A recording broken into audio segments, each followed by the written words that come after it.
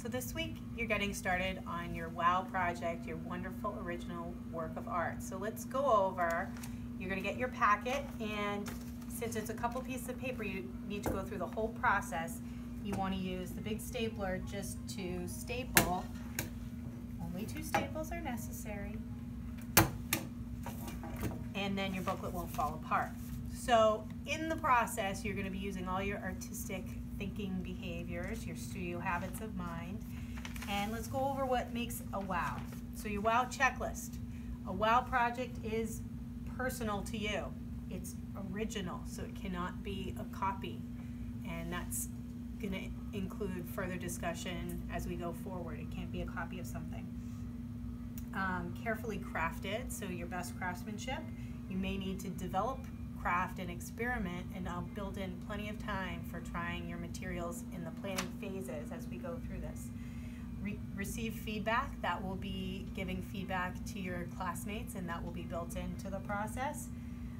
Should take at least 3 class periods to make this. And photographed well, cropped, brightened, and turned in on your digital portfolio. The written reflection is your artist statement, and then uploaded to Artsonia, and any feedback you get from me and edits that you need to do followed through on that as you maintain your portfolio. So the first thing, how do you get inspired? You're gonna think about, what is art for? The big idea is that art isn't just to be beautiful, that art expresses ideas. Beauty is one thing that happens with art, but for your WOW project you have to consider ideas that are important to you. What's going to make it personal? So we're going to do a brainstorming quiz. You're going to write in your packet, what are your favorites? And this whole quiz is going to take about 2 minutes right now. Just write down, it's only for you and for generating ideas as you're brainstorming. So don't worry about what anyone else is doing. Put your heading favorites and then number 1 all the way down through 12 to get yourself started. So the first category is food. So you'll actually write food and then write down what is your favorite food.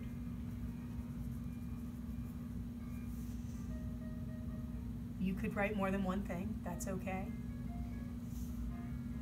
Next category is your favorite color. Again, if you want to write more than one thing, that's okay. If you can't think of something, you can move on, but since you're writing the category name, you can go back to it and add later. Your favorite animal.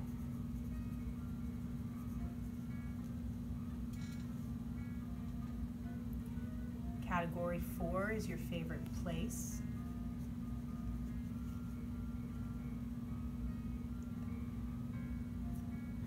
Number 5 is your hero or heroine, so someone who inspires you, perhaps.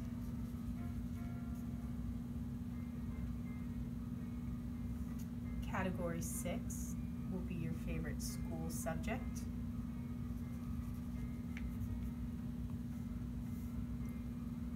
Seven is your favorite sport, your favorite activity. Could be soccer, or it could be sitting and reading a good book. Category 8 is a music category. Could be your favorite song. Music is often inspiration for artists. It could be your favorite style, like jazz or rock or country, but it could be really specific. Even lyrics to a song could be something that inspires your work.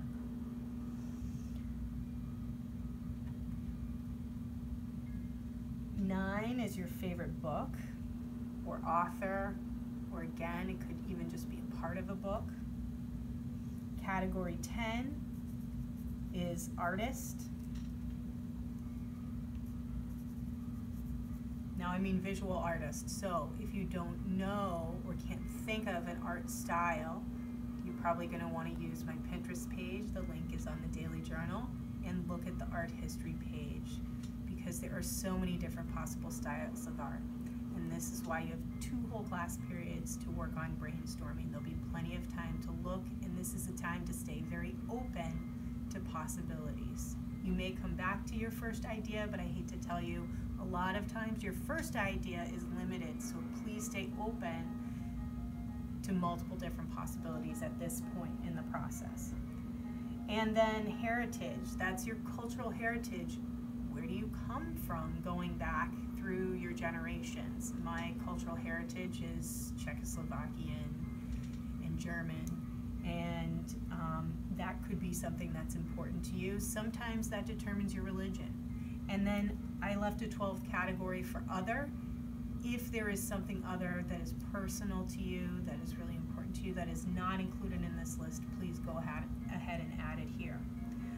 Another great resource you're going to see behind me for ideas of art that might not be just personal or beautiful, but would have a social message, which is one of the ways that artists can express ideas, are the Sustainable Development Goals. What are things that are important and needed in the world right now? Awareness about poverty, hunger, good health and well-being. And again, you can look over these in the daily journal. Climate action, okay? Sustainable, building things that are sustainable. I am personally motivated in my own artwork. That's why I do a lot of work with landscape, and I have personal concern about the environment and sustainability, so that connects in my artwork, and I use a lot of natural imagery and make abstract pieces, but I also do a lot of more representational landscape painting because I love being outside and because that is beautiful to me, so I want to record that.